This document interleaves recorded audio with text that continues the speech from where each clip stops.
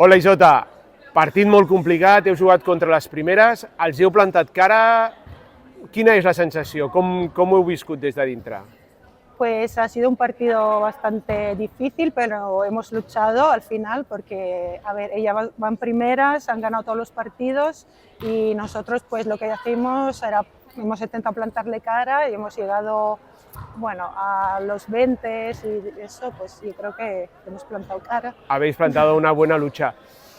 Como equipo, ¿cómo habéis vivido el partido de hoy? ¿Qué preparación habéis hecho a nivel mental para un partido que en un principio ya entras como que lo normal es que pierdas?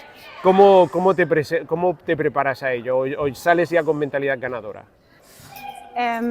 Sí, hemos salido con mentalidad ganadora, queríamos ganar, al final sabíamos que era un rival muy fuerte, pero queríamos ganar y bueno, lucharlo al menos, y la actitud ha sido bastante positiva entre nosotras. Yo creo que la actitud se ha visto sobre todo en el último punto del segundo set, que habéis dado la nota, o sea, ha sido un segundo precioso. Muchas felicidades y a sumar victorias. Muchas gracias. A ti.